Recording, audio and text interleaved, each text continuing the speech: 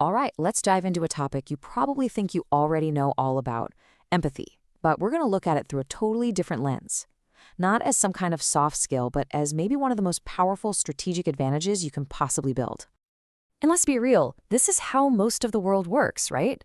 We're all driven by metrics, by deadlines, by results. And in that constant push for more productivity, things like kindness and understanding, well, they can feel like a luxury we just don't have time for. But this is where we're going to flip the script today. That old view? It's obsolete. The new view sees empathy not as some random emotion, but as a core business discipline. Seriously, it's not just nice to have, it's absolutely essential for high performance. Okay, so if empathy is a discipline, what does that actually look like in practice? How do we do it? Well, it all starts with understanding that empathy isn't something you're just born with. It's a muscle, and you have to build it intentionally every single day. And this right here is a huge shift in thinking. Empathy isn't some passive feeling that just happens to you. No, it's an active, continuous choice. It's about consciously deciding, in every interaction, to listen, to try and understand, and to respond like a human being. So what does this look like in the real world? Well, it's not about grand, heroic gestures. It's about the small, consistent stuff. Are you actually letting people finish their sentence before you jump in? Are you seeing the person behind the quarterly report?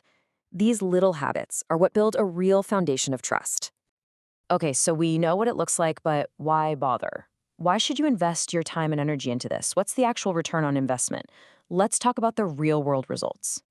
Now, this is the single most important point. This is not about choosing between being kind and getting results. That's a false choice. Real, disciplined empathy is a performance multiplier.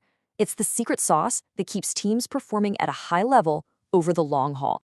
And this is the question you should be asking. You know, it's easy to say, oh, it helps. But where's the proof? How does something that feels so, well, human translate into cold, hard business outcomes? Well, here it is. This is the direct line to the bottom line. When people feel understood, they are way more engaged. When they feel safe to speak up, they innovate. But let's get really specific. Just think about turnover. Replacing one good employee can cost a company tens, sometimes hundreds of thousands of dollars. Empathy builds loyalty that keeps your best people from even looking for another job. That's not a soft metric, that's hard cash. This quote just nails it, doesn't it? You can pay for someone's time, for their labor, but you can't buy their loyalty. You can't buy their commitment, that extra effort they give when no one's watching. That stuff is earned, and empathy is how you earn it. Now look, it's easy to be empathetic when everything's going great. The real test, and where it provides the most value, is when the pressure is on. A missed deadline, a tough conversation, a project going completely off the rails. This is where empathy stops being a nice idea and becomes a true discipline. It's also where we have to be careful about something called empathy fatigue. You know, that burnout you get from just absorbing everyone else's stress. The goal isn't just to feel for people, it's to understand them without drowning yourself. So here's a super simple, actionable framework for those high-stress moments. And this isn't just about being nice, it's about being effective. It's your defense against snap judgments and that fatigue we just talked about. It all starts with that first step. Just pause. Create a tiny bit of space. That pause is where the magic happens. It's where you shift from assuming to understanding. All right, let's zoom out for a second and look at the bigger picture. Because this isn't just about leadership styles anymore. In a world that's getting more and more automated, more and more driven by AI, our empathy is becoming our single greatest competitive advantage as human beings. This is the fundamental truth we have to get our heads around. We're building incredible machines that can process data and spit out responses faster than we can think. But here's what they're doing. They're mimicking communication. They are not creating a genuine human connection. And this side-by-side makes it crystal clear.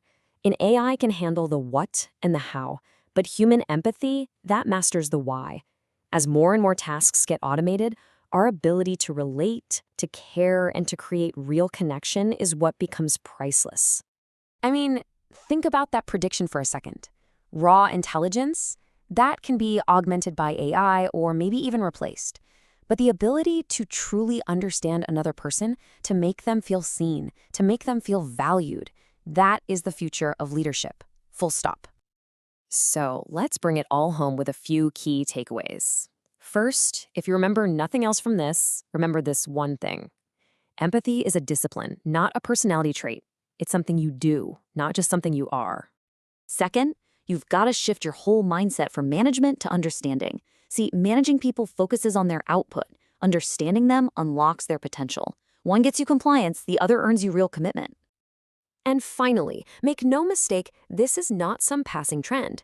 In a future that's going to be powered by AI, our ability to connect, human to human, isn't just a skill, it is our most durable, most valuable asset. And that really brings us to the final thought. This isn't just about learning a new concept, it's about putting it into practice. So the question I want to leave you with is a personal one. Take a look at your week. Are you making empathy a consistent practice, especially when it's hard? Or is it something you only do when you have the time? The answer to that question might just change everything. Thanks for watching.